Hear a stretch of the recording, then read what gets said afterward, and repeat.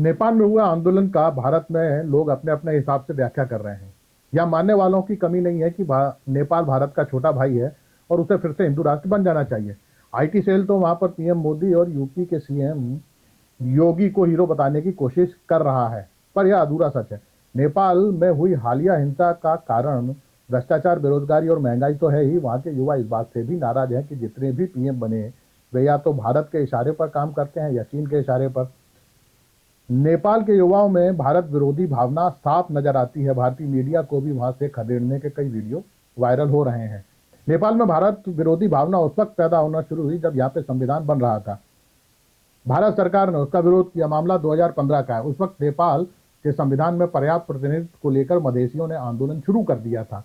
उन्होंने सारी सीमाओं को ब्लॉक कर दिया था, जिससे भारत से जाने वाला सारा सामान रुक गया था। उस वक्त भारत सरकार ने इस प्रदर्शन का समर्थन किया और नेपाल में संविधान में संशोधन करने की सलाह दी, खासतौर पर सीमावर्ती मधेसी और अन्य वंचित वर्गों के प्रतिनिधित्व को लेकर, और संविधान में कुछ प्रावधानों पर असहमति भी व्यक्त की।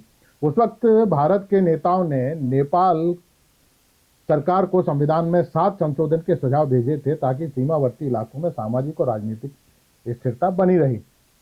भारत सरकार के इस कदम को नेपाल में तीखी प्रतिक्रिया देखने को मिली। नेपाल के राजनीतिक दलों ने भारत के दखल को आंतरिक मामलों में हस्तक्षेप मानते हुए आलोचना की।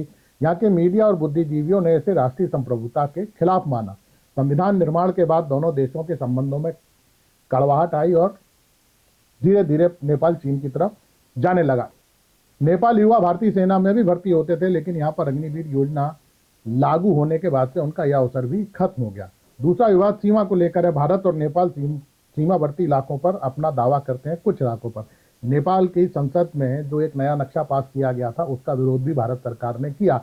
नेपाल के युवाओं को लगता है कि वहां का सरकार भारत और चीन के दबाव में सीमा के साथ समझौता कर रही है। मामला लिपुलेख और काला पानी का है। लिपुलेख दर्रा एक अत्यंत संवेदनशील और महत्वपूर्ण रणनीतिक क्षेत्र है जो भारत, नेपाल और चीन की सीमा को त्रिकोण के आधार पर जोड़ता है। यह दर्रा उत्तराखंड के पिथौरागढ़ जिले में स्थित है।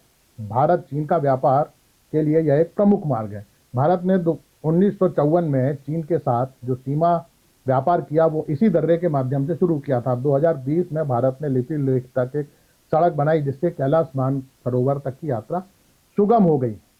इस पर नेपाल ने आपत्ति की। नेपाल का कहना था कि महाकाली नदी, जो भारत में शारदा के नाम से जानी जाती है, के पूर्व में स्थित लिम्पियाधुरा, काला पानी और लिपुलेख उसके अविभाज्य अंग हैं। नेपाल का तर्क है कि वर्ष 1816 में सुगौली संधि के अनुसार काली नदी सीमा का निर्धारण करती है, जिसका स्रोत लिम्पियाधुरा है। इसीलिए लिपुलेख भी नेपाल का अभिन्न हिस्सा होना चाहिए। भाई, भारत सरकार का कहना है कि यह क्षेत्र हमेशा से उसके प्रशासनिक नियंत्रण में रहा है और नेपाल का दावा नक्शे और ऐतिहासिक दस्तावेजों से मेल नहीं खाता। भारत और चीन ने हाल ही में लिपुलेख दर्रे से फिर से व्यापार शुरू करने पर सहमति जताई है। नेपाल ने इस पर भी आपत्ति की है कि तीसरे देश के साथ इस क्षेत्र में कोई समझौता करना उसकी संप्रभुता का उल्लंघन है। इसी तरीके से काला पानी भी एक संवेदनशील और विवादित क्षेत्र माना जाता है जो भारत, नेपाल और चीन को तीनों को जोड़ता है। इसी इलाके की बात नेपाल का जैन जी कर रहा है।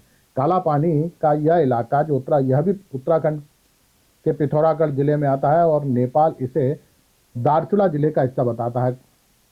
नेपाल का दावा है कि काली नदी के पूर्वी क्षेत्र तक उसका क्षेत्र है, जबकि भारत सरकार इसे पश्चिमी क्षेत्र तक मानती है। 1962 में भारत चीन युद्ध के बाद भारत ने इस क्षेत्र में इंडो तिब्बत बॉर्डर पुलिस को तैनात की थी और ये आज तक वहां पर मौजूद है। भारत ने नक्शे में हमेशा इसको उत्तराखंड का हिस्सा दिखाया है, लेकिन 2019 में जो नेपाल सरकार ने नया नक्शा पारित किया, उसमें इस क्षेत्र को उन्होंने नेपाल का हिस्सा बनाया। नेपाल का तर्क है कि भारत ने युद्ध के बाद अन्य क्षेत्रों से सेना हटा ली, लेकिन काला पानी में उनकी मौजूदगी अभी भी है। यह विवाद केवल भारत नेपाल के बीच नहीं है, बल्कि चीन की भूमिका भी इसमें संदिग्ध मानी जाती है। तो नेपाल में युवाओं में जो आक्रोश है वो इस सीमा विवाद को लेकर भी है। नमस्कार।